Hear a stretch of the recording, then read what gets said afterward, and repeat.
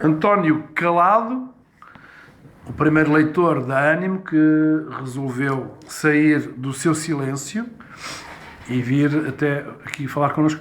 António, desde já obrigado por ter aceito este desafio. Obrigado também. Tem alguma expectativa, acha que estas chamadas redes sociais, ou aquilo que nós mais gostamos de falar de média de proximidade, porque é de facto isso que mais nos caracteriza, esta partilha das experiências e a sua, que é se calhar igual a tantos portugueses que estão um pouco sem horizontes, pode também contribuir para, pelo menos, colocar na ordem do dia a questão enfim, da falta de horizontes profissionais, a forma como os tribunais de trabalho estão organizados e o que é que podemos fazer. Acredita ou quando se pôs ao caminho que alguma coisa daqui poderia fazer-se alguma luz? Sim, obviamente tenho que lhe dizer que acredito que é possível. Parafraseando o Obama, yes we can. Sim, acho que podemos.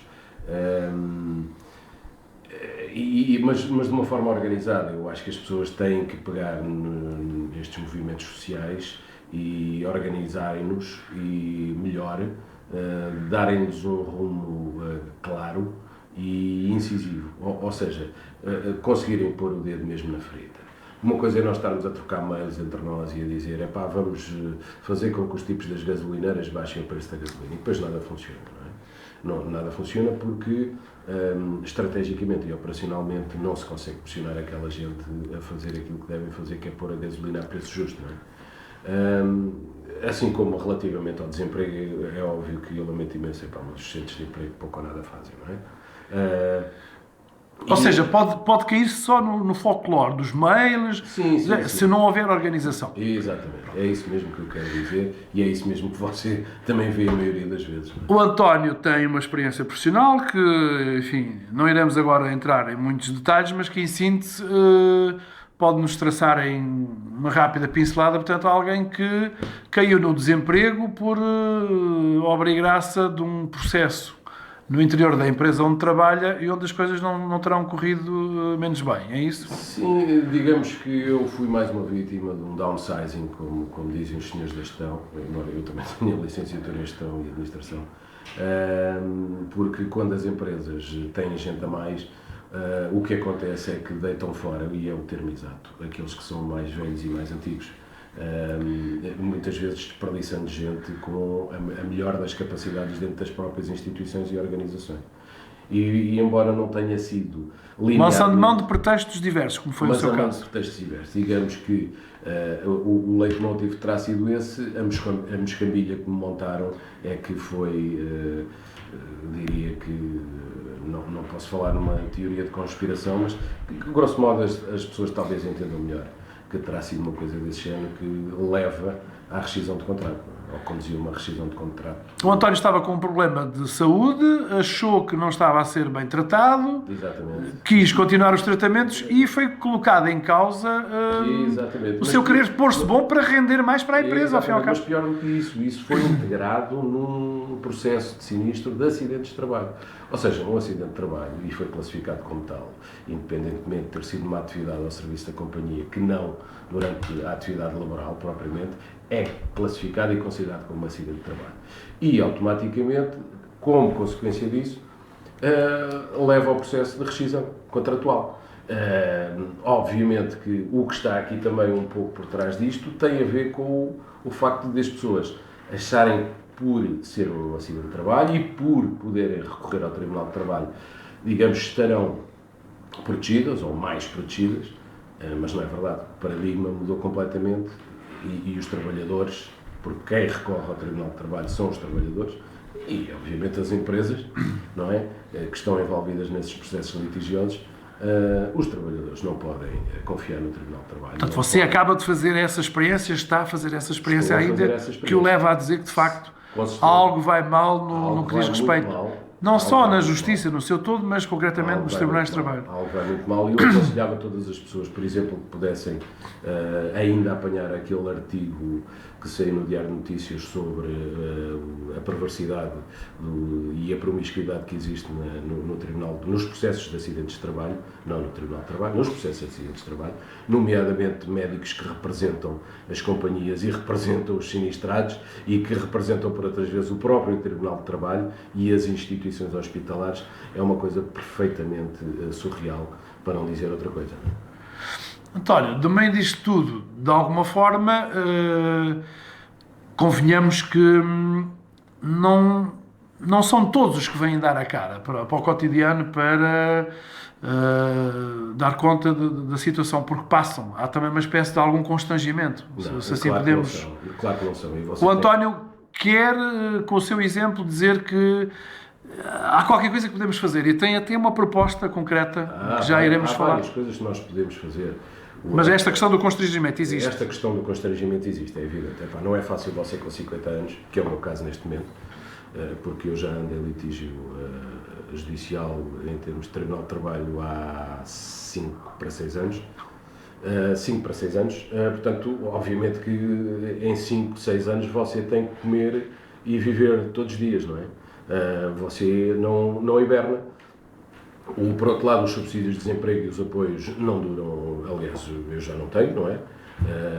Como é óbvio, e há gente que o acaba e fica sem ele ainda mais cedo, e portanto, todo este embrulho aliado à própria precariedade daquilo que existe em termos laborais, e também com a falta de capacidade reivindicativa e argumentação daquilo que é o movimento dos trabalhadores, dos sindicatos, por culpa própria também, por muito perverso que seja dizer isso. Não há uma banalização da vida sindical hoje em dia? Completamente. As pessoas já não... Completamente. As pessoas não só têm medo dos patrões, obviamente, por razões óbvias, mas também têm medo daqueles que os representam, em muitos casos.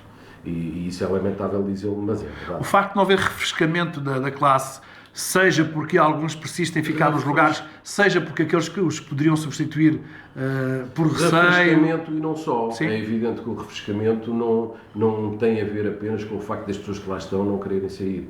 Então, tem a ver também com o facto de que aqueles que poderiam, digamos, fornecer ou ser o recrutamento desse refrescamento também não o quererem porque não têm confiança. Essencialmente isto é um problema de confiança. E é um problema de confiança que foi extremamente bem aproveitado e para o qual os patrões contribuíram em muito, não é? Não só por promiscuidade, como por corrupção, como por aliciamento e inclusivamente estratégia, não é? Todos estes anos de desgaste daquilo que é e descredibilização daquilo que é o movimento dos trabalhadores. Obviamente que tinha que chegar a um beco, não é? E esse beco está cada vez mais estreito.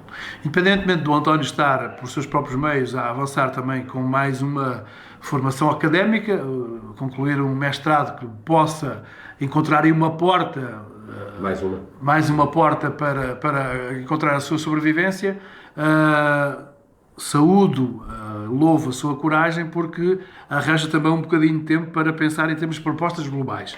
Vamos então trocar por miúdos. O que é isto do Capitão 45?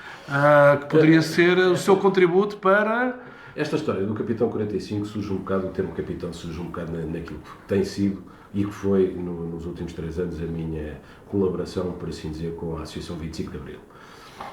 Todos nós sabemos que o 25 de Abril foi essencialmente feito por capitães e também foi feito por comandantes e por majores e outros tipos de oficiais. E todos os ramos das Forças Armadas, embora, obviamente, o Exército e a Marinha tenham contribuído mais para isso. De todo modo, também houve, obviamente, oficiais da Força Aérea, mas digamos que... Sim, isso está ultrapassado. O Capitão 45 surge a partir daí, concretamente, e a ideia é 45 porque tem a ver com a criação de um movimento, por um lado, associativo, chamemos-lhe assim ou não, mas pelo menos um movimento solidário, que consiga juntar e dar voz aos desempregados com mais de 45 anos. Até à sua idade de reforma, digamos, portanto, dos 45 aos 65, por assim dizer.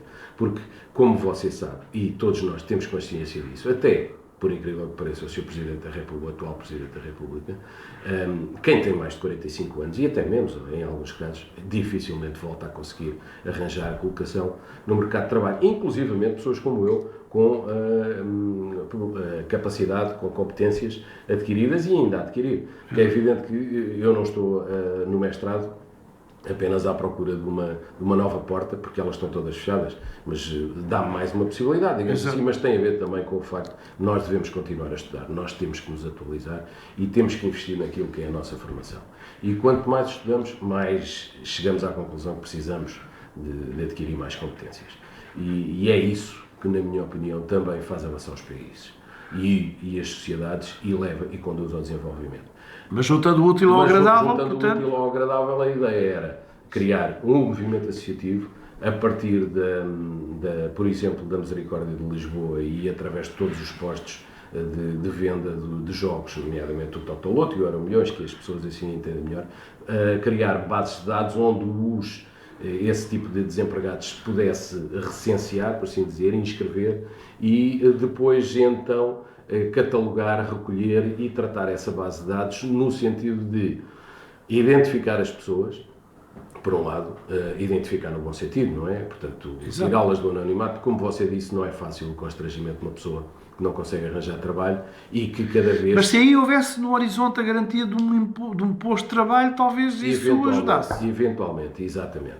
E, portanto, por isso é que é importante definir este modelo. Dar, digamos que, objetivos, fornecer uma luz, criar inclusivamente algumas rotinas que neste caso inevitavelmente vamos perdendo. E mas vamos lá, isso portanto, pode ser feito claramente através deste tipo de ação e deste tipo de movimentação. Os dados são tratados, ficamos a saber que temos 35.500 padeiros, 2.500 mecânicos, 100 professores, engenheiros, 500 contabilistas. 500 contabilistas. Depois, o que é que se segue? Depois deste cadastro ou base de dados existente, vamos então, com o apoio das IPSS e do Governo, obviamente, e deixarmos de zonas de conforto, que é aquilo que, no fim de contas, os centros de emprego praticam. Para isso que eu ia perguntar. Procurar, é uma afronta aos centros de emprego? Não acho que seja uma afronta. Eu acho que é uma complementaridade e, ao mesmo tempo, uma forma de os obrigar a fazer coisas. O termo tem que ser utilizado. E você já percebeu, a gente ainda há bocado já tinha falado sobre isso, eu sou uma pessoa que gosta de fazer coisas. E não sei se pomposamente alguns chamam isso para a atividade ou não, mas eu acho que têm que ser feitas coisas, independentemente do resto. E isso é uma forma de, inclusivamente, não só dar atividade às pessoas, como dar-lhes esperança.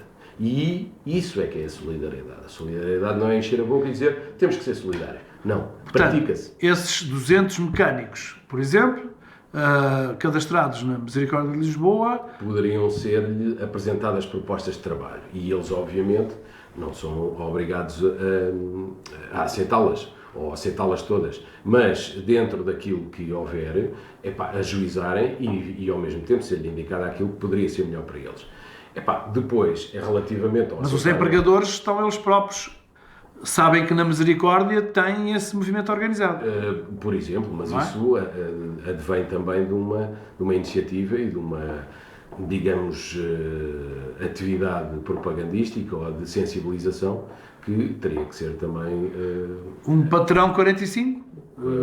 Por oposição ao capitão 45, os patrões. Não sei se lhe poderíamos chamar isso, mas se o António lhe quiser chamar isso... Não, lembrei-me, para perceber qual é a outra parte. Se é para fazer a ligação ao capitão 45, pois venha ao patrão 45, não é? É preciso que a coisa funcione e que as pessoas tenham trabalho e tenham perspectivas. Porque muitas vezes dizes que há cargos, há lugares de trabalho, os brasileiros, não há portugueses, não sei, é perceber se há ou não há. Você veja uma coisa, eu, por exemplo, tenho tido algumas dificuldades... Nada contra os brasileiros, atenção. Com certeza, exatamente. Eu tenho tido algumas dificuldades até em arranjar atividade desqualificada. E entenda-se desqualificada, naquilo que é o meu caso, concretamente o trabalho como carteiro ou como distribuidor, ou coisa assim.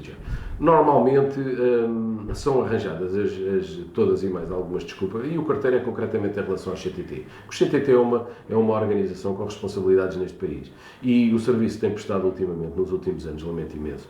E uma das coisas que também trouxe algum ruído ao meu processo litigioso foi a falta de qualidade do serviço do CTT. Porque o correio não chega, porque o correio... E eu, inclusivamente, tenho documentos que confirmam isso. E isso é que me livrou de determinadas acusações que me foram feitas pela entidade patronal no decorrer desse processo, não é? Que eu estaria ali litigado de má-fé e coisas do género. E, portanto, os CTT têm que ser mais responsáveis. O neoliberalismo e a iniciativa privada não podem sobrepor-se pelo lucro e com aquilo que podem poupar a atividades que são cruciais e essenciais para o país e para as populações, para as pessoas, que é confiarem na distribuição do correio, terem o seu correio a tempo e horas e as coisas não desaparecerem. E, portanto, eu acho que isto é muito concreto. O António não acha que... Eu só para combinar, não consegui qualquer hipótese de trabalhar como carteiro. E há falta de carteiros na zona onde eu vivo. E para mim era uma ocupação, era um salário, não ando a roubar, como diz o outro, não pratico nada de ilegal. Para quem está a fazer um mestrado, não tem qualquer pudor em vir aqui dizer que é um trabalho de carteiro. A nossa sociedade não está cheia de muito pudor e se calhar também está. Haveria alguma coisa também a fazer? Também está. Obviamente que a mentalidade tinha que evoluir no bom sentido. No sentido de que, pois se não tenho trabalho como professor, vou trabalhar como carteiro ou como, não sei, trabalhador de uma empresa de substituição de pneus, qualquer coisa assim, ou porque no telemarketing, mas aí no telemarketing já é mais difícil. António, eu queria sair deste almoço com uma esperança um bocadinho mais animada, passe uma espécie de pleonasmo.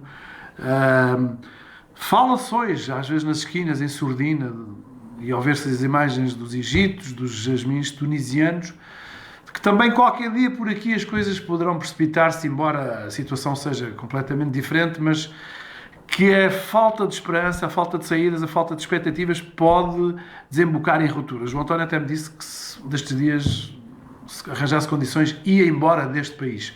Entre uma coisa e outra, acha que há aqui falta-nos descobrir mais qualquer coisa? Há uma porta mesmo de saída? Ou estamos condenados a não ter? Eu penso que aquilo que você disse é possível. Não estou a dizer que vai acontecer, não estou a dizer que é igual ao Egito, à Tunísia ou ao Iémen.